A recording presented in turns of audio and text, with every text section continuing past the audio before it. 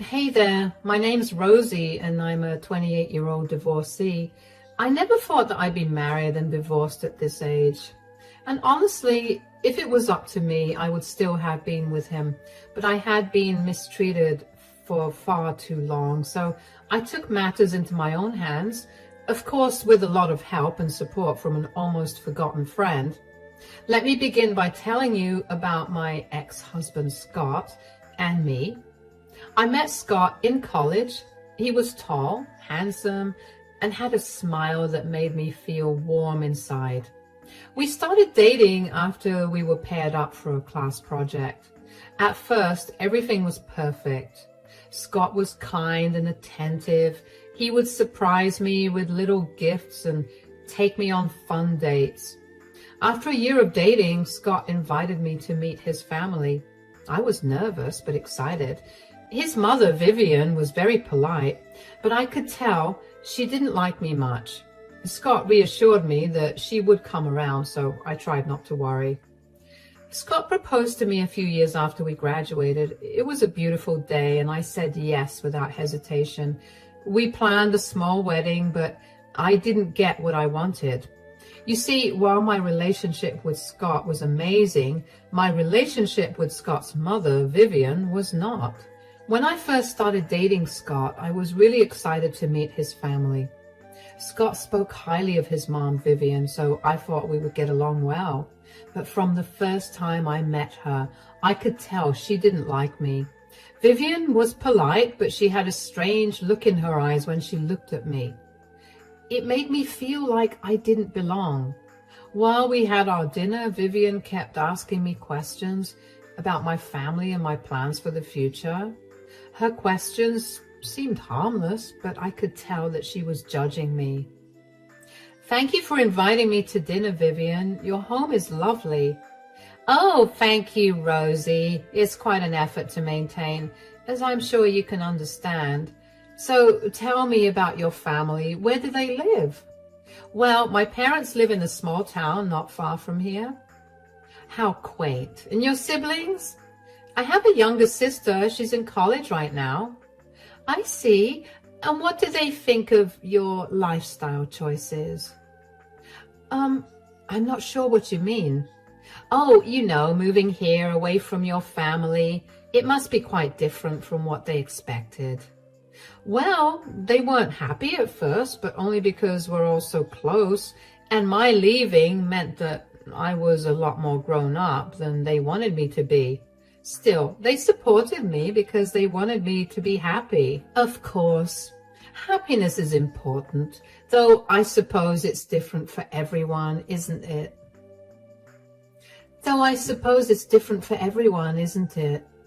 I guess so. What about you, Vivian? What did you do before you settled down? Oh, I'm a business owner, dear. Quite successful, actually. All of this wealth, you see, came because of my hard work. I see why Scott looks up to you so much.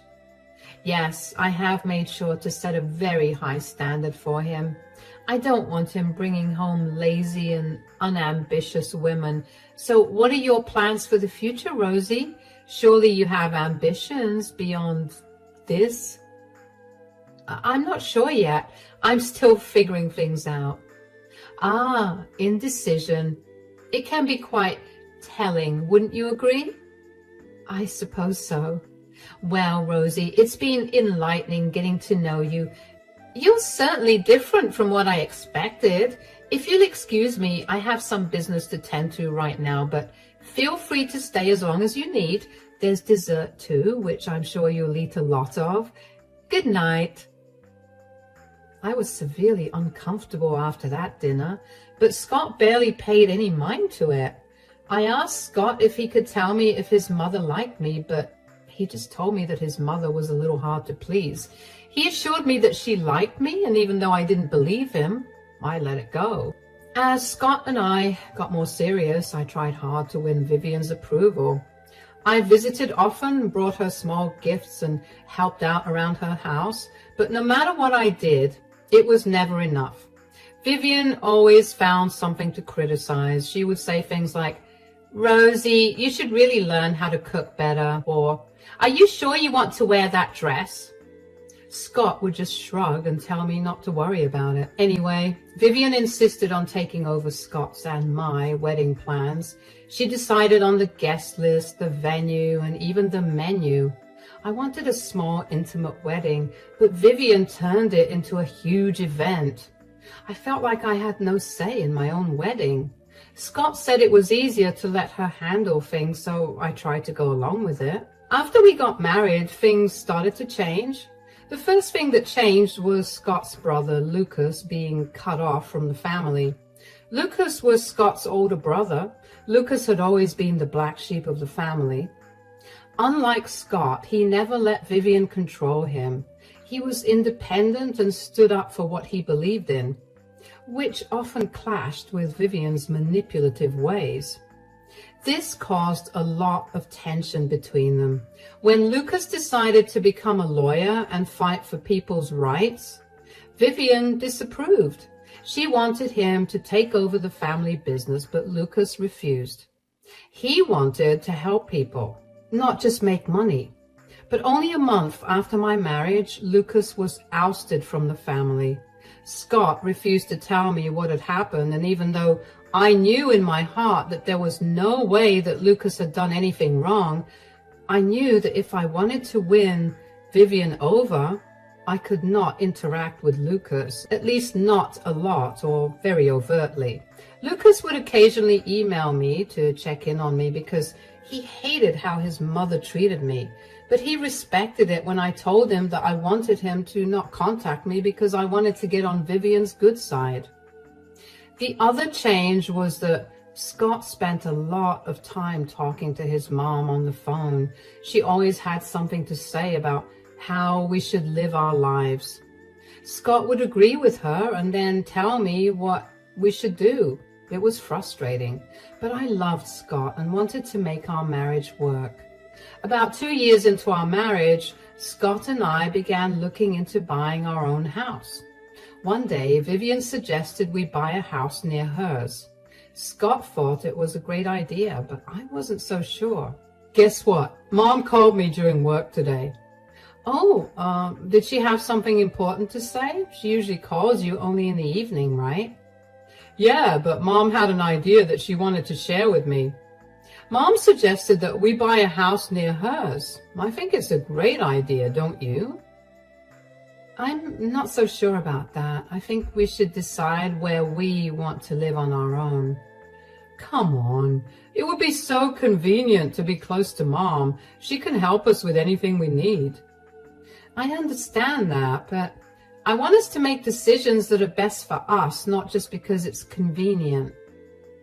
Why are you being so difficult about this? Mom knows what's best for us. She's willing to help with the down payment no matter how expensive the house is. How is that not enticing to you? It's not just about the money, Scott. I want us to have our own space and independence. Mom is just trying to help. Why can't you see that? I do see that, Scott, but I also want us to be able to make our own decisions without her influence all the time. She just always needs to get her way, and when she doesn't, she makes you do her dirty work. You're overreacting. I'm tired of you always questioning my mom. She knows what she's doing. I'm not questioning her intentions, Scott. I just want us to be a team, making decisions together. Fine, whatever. If you don't want to consider Mom's offer, then we'll just figure it out ourselves. Scott, please, can we talk about this later? I need some time. Fine, take all the time you need. I'll be in the other room if you want to talk. We ended up buying the house near Vivian's. She visited all the time, often without calling first. She would criticize how I decorated the house and how I cooked. She would come in and start rearranging my furniture or telling me how to clean it. Scott never defended me. He would just tell me to ignore her. Whenever I tried to talk to Scott about how I felt, he would get defensive and tell me I was overreacting. Despite all this, I tried to focus on the good times we had together. Scott could still be sweet and loving when Vivian wasn't around, but those moments became fewer and further between. I felt like I was losing myself trying to keep Scott and his mom happy. Take, for instance, the fact that I wanted to choose my own dress for my wedding, but Vivian insisted on picking it. She chose an old-fashioned, ugly gown, and when I told Scott I didn't like it, he just said, "It's Mom's choice. Let's keep her happy." I felt like my feelings didn't matter at all. I cried, but Scott didn't comfort me. He just said, "It will be okay, Rosie." Another time during Thanksgiving, Vivian burned the turkey but blamed it on me. She yelled, saying I ruined dinner. Scott laughed it off, saying, "Mom, Rosie's trying her best." He didn't defend me. I felt so alone and humiliated. After that particular incident, I had had enough. After we got back home, I confronted Scott about his lack of support. "Scott, we need to talk about what happened at dinner." "What about it?"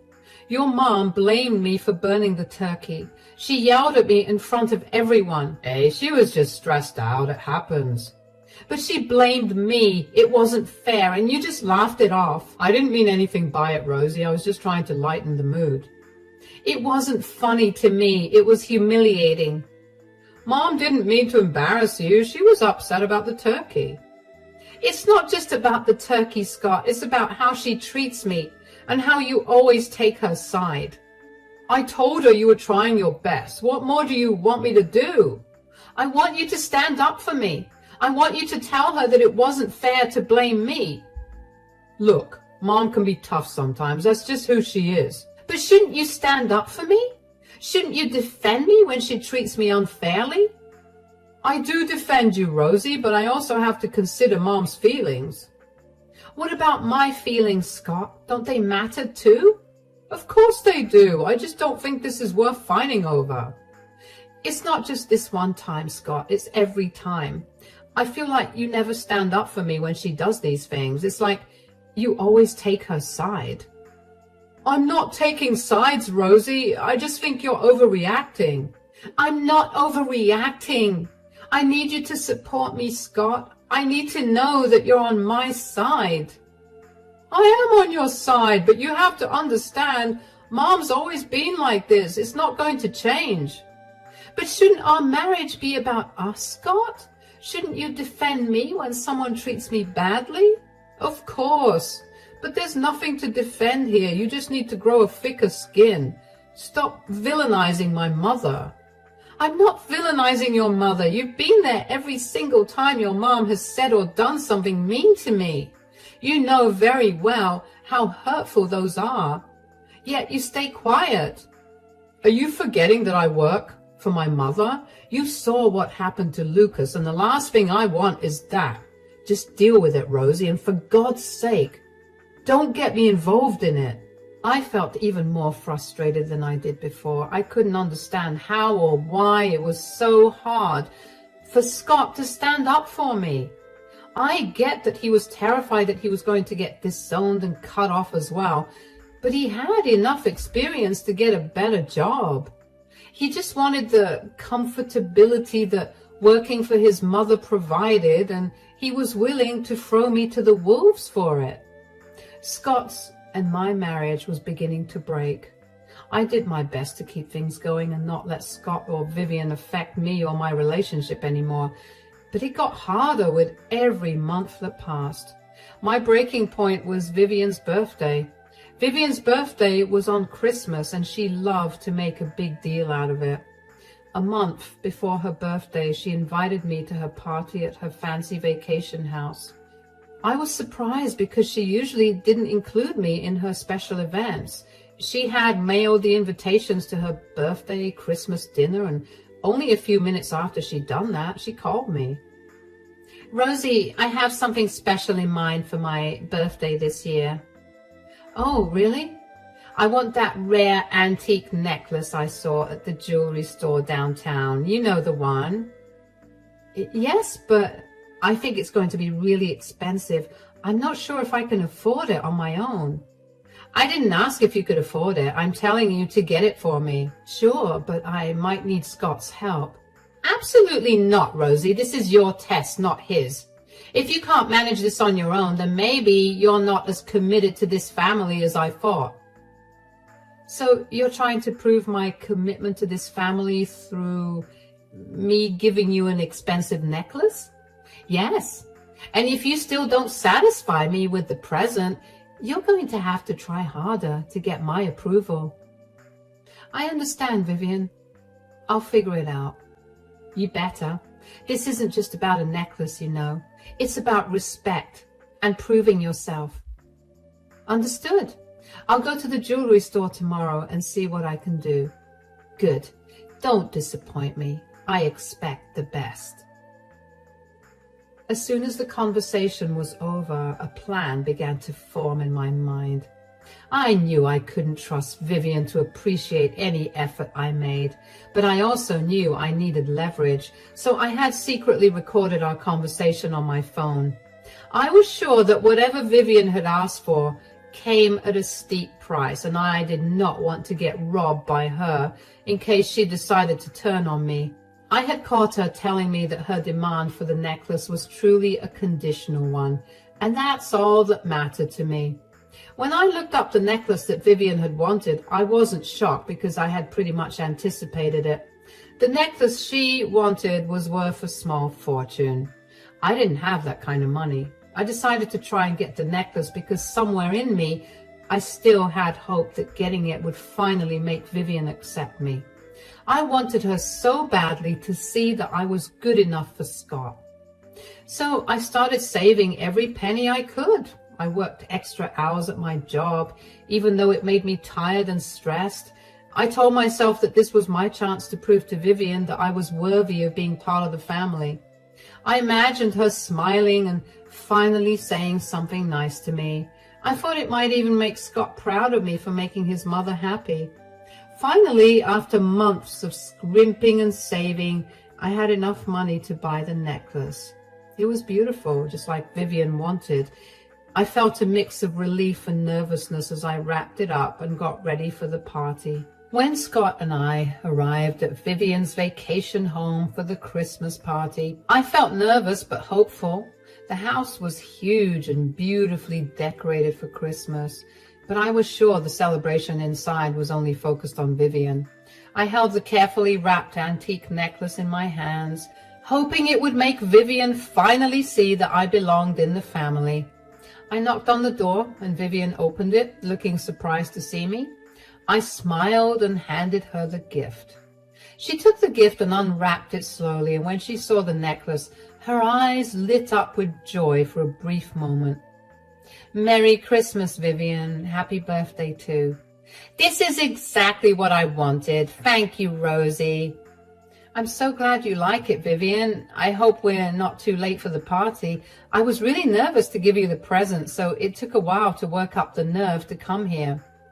Oh, that's cute. You're not late at all. Scott, maybe, but you? No, you're not late. What do you mean? Wow, you're stupid. You can't stay. This event is family only. But Vivian, I thought, you are not welcome here. Now leave. Scott, can't you say something? Mom, thanks for inviting us. Merry Christmas and happy birthday. Oh, thank you, darling. I made your favorite dessert, so make sure you leave space in your stomach to eat that. Scott! Rosie, what are you doing here? Mom told you to leave, didn't she? But it's snowing outside. Can't you at least give me a ride? Mom said you should leave. It's not far, Rosie. Just go. Vivian then slammed the door in my face. I tried ringing the doorbell over and over again, but no one opened the door.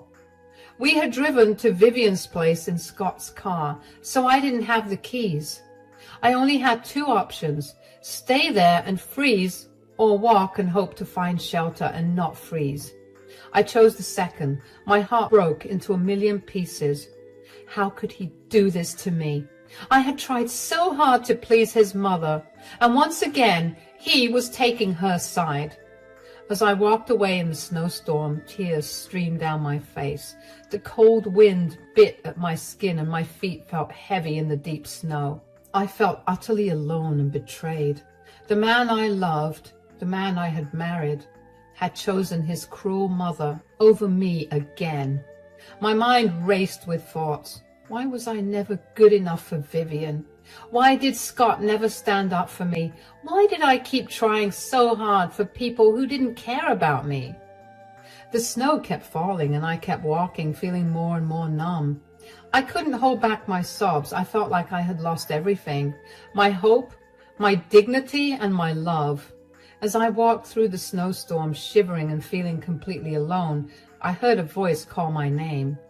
I turned around and saw Lucas, Scott's older brother, running towards me. I hadn't heard from Lucas in over a year, so to say that I was surprised was an understatement. He asked me why I was walking around in the snowstorm, and I told him what had happened with Vivian through tears. Lucas guided me to his cabin, which was only a 15-minute walk away from Vivian's vacation home. He handed me hot chocolate to warm up, and when I was feeling better, Lucas apologized to me for his mother's behavior. "Rosie, I'm so sorry you had to go through that. Mom can be really harsh sometimes. I just don't understand why she treats me like this. I tried so hard to please her. Mom has always been controlling. She wants things her way, no matter what. Scott tries to go along with it, but I could never do that. Why did you and Mom stop talking?" It started years ago. I couldn't stand by and watch Mom do things that weren't right. I found out about her shady business deals, Rosie. It wasn't easy to confront her, but I couldn't ignore it. What did you find out? Mom was involved in illegal stuff, embezzling money, tax evasion, mistreating her employees. It was all hidden under her reputation as a generous person. When I confronted her, she didn't want to hear it. She cut me off completely. That's awful, Lucas. I had no idea. It's why I've been distant from the family. But I've always kept an eye on you, Rosie. I knew Mom could be tough on you. Thank you for being there tonight. I don't know what I would have done without you. You're strong, Rosie, stronger than you know. We're going to figure this out together. What do we do now? First, we make sure you're okay. Then we'll plan our next step. Mom can't keep treating people like this. She needs to face the consequences. But Scott, he didn't say anything to defend me. Scott is caught up in Mom's world. He tries to keep her happy, even if it means hurting others, and that's why he's Mom's favorite. He's too stupid and spineless to see reality for what it is. I don't want to be around either of them anymore. Lucas, I really can't. I want my necklace back, and I want them to feel sorry for everything they've done to me. I have an idea. Lucas and I decided to hit back in a way that would really hurt her and Scott. Lucas, who's a lawyer, dug deep into Vivian's business dealings. He meticulously gathered evidence of the shady dealings that Vivian continued to partake in, including forged documents, secret bank accounts, and testimonies from former employees who had been mistreated. He then sent anonymous tips to several reputable newspapers and news channels, ensuring that the information reached a wide audience quickly. The reporters, hungry for a scandal involving such a high-profile figure, jumped on the story. The media coverage was relentless. Headlines screamed about Vivian's fraudulent activities, and news segments detailed the extent of her corruption. Investigative journalists dug deeper, uncovering even more dirt on Vivian. Stories of her exploiting vulnerable people and manipulating business contracts spread like wildfire. Vivian's social circle, previously charmed by her perceived generosity and success, turned against her. Invitations to exclusive events were rescinded, and prominent figures who once praised her publicly distanced themselves. Her friends and associates felt betrayed, realizing they had been supporting a fraud. Moreover, the legal consequences of her actions began to catch up with her. Authorities launched formal investigations into her business practices, leading to frozen assets and impending court cases. Her business empire started to crumble as clients and partners withdrew their support, fearing associations with a criminal. One afternoon, Vivian came over to my new place and began banging on the door. She did not stop until I opened the door. Her face was red with anger.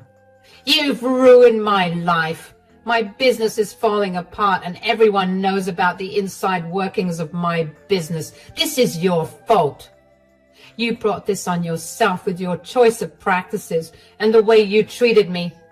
You think you're so righteous. I did what I had to do for my family. You were never good enough for Scott. I don't think I'm righteous, but I do think that I'm smart enough to not treat others poorly when I know that I'm doing illegal things. But speaking of family, I want the necklace back, the one I gave you at the Christmas party. A gift is a gift, Rosie. I'm under no obligation to return it. It's mine now. I think we should revisit our agreement." "What are you talking about?" "Listen to this." "What is this? Did you record me asking you for the gift?" "I had a feeling that you would try to trick me. I only did what I needed to protect myself." "Are you throwing my words back at me?" "Oh, who cares? How is this an agreement?" "This is proof. You said I had to prove myself to you. Well, I've done that. So now we need to talk about giving back the necklace." "Are you serious?" "Of course. And what will you do if I don't give you the necklace back?" "You'll just have one more case to deal with, which means one more huge lawyer fee." Vivian's nose flared in anger, and somehow her face got even redder, but she practically threw the necklace into my hands before storming out of the house. I felt great. I had finally taught Vivian a lesson. All that was left was my divorce. With all the evidence I had of Scott's neglect, I talked to a divorce lawyer about getting a divorce from Scott.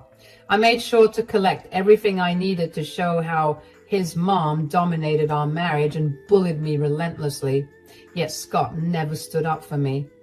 I gathered texts where Scott ignored my pleas for help when Vivian insulted me. There were countless times that she called me names and Scott just brushed it off or told me to let it go. I had photos of events where I was excluded, with Scott standing by Vivian smiling while I was left alone. I also kept a diary detailing instances where Vivian's cruel words and actions left me in tears, and Scott either defended her or said nothing. There were financial records showing how Vivian controlled our finances with Scott's approval, leaving me with little say in our money matters.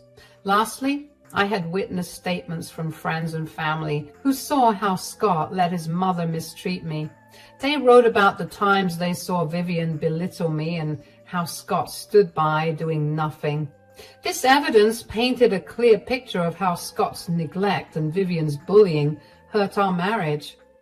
Lucas then also helped me figure out how to protect myself financially. I wouldn't be left with nothing. In court, I felt a mix of nerves and determination. This was my chance to finally stand up for myself. Scott was visibly upset and he tried to defend himself. He claimed he was just trying to keep the peace between his mother and me. But the evidence was too strong. The judge saw how his actions, or lack thereof, had contributed to the breakdown of our marriage.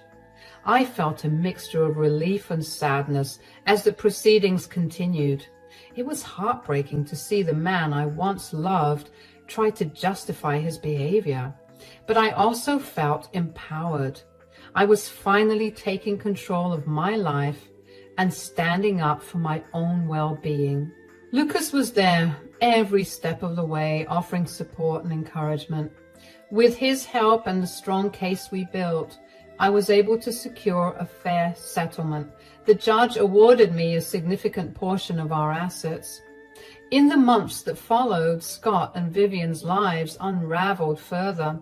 The scandal surrounding Vivian's shady business practices grew, and with more details coming to light in the media. She faced legal investigations and lawsuits from former business partners and employees who had been mistreated.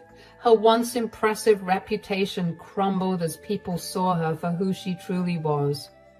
Scott struggled to find his footing without his mother's financial support and influence. He lost his job due to the scandal and found himself isolated from friends who had once been drawn to Vivian's social circle. His attempts to defend his actions only made things worse as more people saw him as complicit in his mother's wrongdoings. Meanwhile, I focused on rebuilding my life. With the settlement of the divorce and the support of friends and Lucas, I found a new sense of freedom and independence. I pursued hobbies and interests that Vivian had always belittled, discovering strengths and talents I never knew I had. Looking back, I knew the scars from those years with Vivian and Scott would always be a part of me, but they no longer controlled me. I had reclaimed my life and proven that I could survive and thrive on my own terms. I can't wait to see what more the future has in store for me.